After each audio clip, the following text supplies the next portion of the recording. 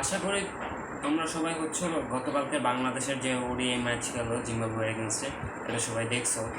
মানে দেখে আমার এতটা কষ্ট লাগলো যেটা বলার বাইরে।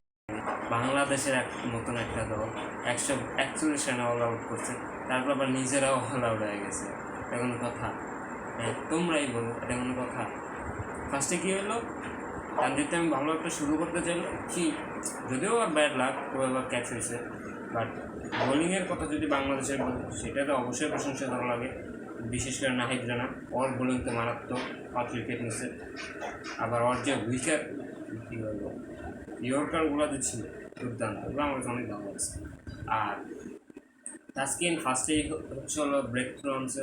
সবচেয়ে ভালো লাগছে ওই যে ফার্স্টের যে এটা হইলো না, স্টাম্প রান আউটটা, ওইটা যে ক্লাস লাগছে, ওইটার আর কি বলবো, সংজ্ঞাটা বলবো।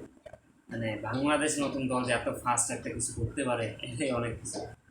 আর এভাবে খেললে তো হবে না। বাংলাদেশ দলে মানে আর কি নিজেকে প্র্যাকটিসের মাধ্যমে যোগ্য রাখতে হবে যদি আর কি ফাইনাল করতে আসে, যেটা বাংলাদেশের মধ্যে দেখা যায় না। তো এইভাবে তো আর কি কোনো একটা দল দিনের পর দিন থাকতে পারে না। যে জিম্বাবুয়ের সাথে আমরা একটা হেসে খেলে জিততাম, ওই জিম্বাবুয়ের কাছে এখন আমরা হারতেছি। এটা কোনো কথা? তোমরাই বলো। ও আচ্ছা, আরেকটা কথা আছে, আমার চ্যানেলে হঠাৎ এটা বিশ্লেষণ ধর্মী একটা ভিডিও আসতেছে। তো ইনশাল্লাহ এখন থেকে প্রায়ই বিশ্লেষণ ধর্মী ভিডিও আসবে, চিন্তা করার কিছু নাই। তো কিছু কথা বলতে আজকে ভিডিওতে আসা, কারণ বাংলাদেশ যে পারফরমেন্স করা করছে এটা আসলে দুঃখজনক। এই আমি যখন পরবর্তীতে হাইলাইটসে দেখলাম, তাতে আমি একটা জায়গায় ছিলাম, এই জন্য ম্যাচটা সরাসরি দেখতে পারিনি, অল্প কিছুক্ষণ দেখছি বাংলাদেশ ব্যাটিংয়ের টাইমে। লাস্টে যখন ওই যে মুস্তাফিজা তাসকিন বলতেছিল, তাসকিন একটা 4 মাসে আমি অতটুকু দেখছি।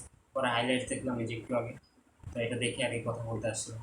দেখে খুবই কষ্ট লাগলো। বাট বাংলাদেশের বোলিং দেখে আসলে প্রশ্নটা করতো, তো মাঝখানে পেস বোলার না হয় না, মিরাজ হচ্ছে ভুল করছে, স্পিনার আনছে, মাইর খেয়েছে, ওদের রানটা 100 চলে আসছে। তাহলে আশা করা যেত 100 কমই হচ্ছিল আগে। তো এই আর কি। আর আমাদের রোডফুট সম্পর্কে যদি একটু আপডেট দেয়, এটা হচ্ছে বর্তমানে তো কয়েকদিন যাবত খেলা বন্ধ আছে, বৃষ্টির কারণে ছাদটা ভিজে থাকে। তো এই মুহূর্তে খেললে আবার বৃষ্টিতে ভিজলে আবার ঠান্ডা লাগার আশঙ্কা আছে। তো এই জন্য কয়েকদিন যাবত খেলা বন্ধ, লাইভও দিতেছে না, ফুটবলের আপডেটগুলো আসতেছে, ভিডিও দিতেছে মাহি।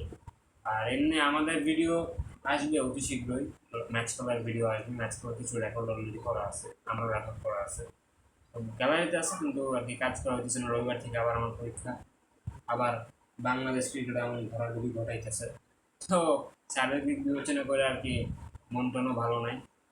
তো আশা করি অতি শীঘ্রই আবার মন ভালো হওয়ার মাধ্যমে বাংলাদেশ ক্রিকেট জয়যুক্ত হবে এবং নিজেদের যোগ্যতা প্রদর্শন করবে। আসলে এই অল্প কয়েকটা রান করে তো আর জিতে যায় না, আর অল্প কয়েকটা রানে আটকে গেছে মানেই আমি জিতে যাবো, এমনটাও তো না।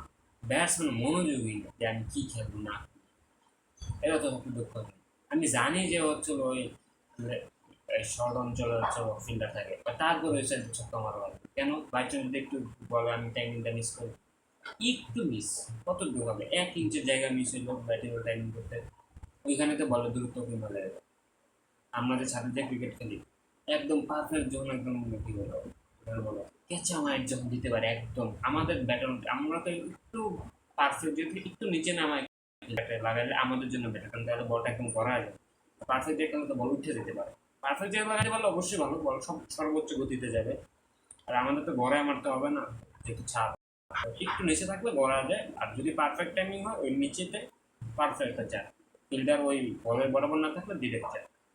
তো আমাদের ফিল্ডার থাকে নর্মাল 2 জন থাকে, তাই এই জন্য হচ্ছে কথা। বাট আমি যখন এই যে ম্যাচে এই যে উইকেটগুলো, এই যে এই বলটা জানে যে ওই জায়গায় ফিল্ডার আছে, তারপরও হচ্ছে ওই জায়গায় খেলতে হবে, এটা কোনো কথা? হ্যাঁ।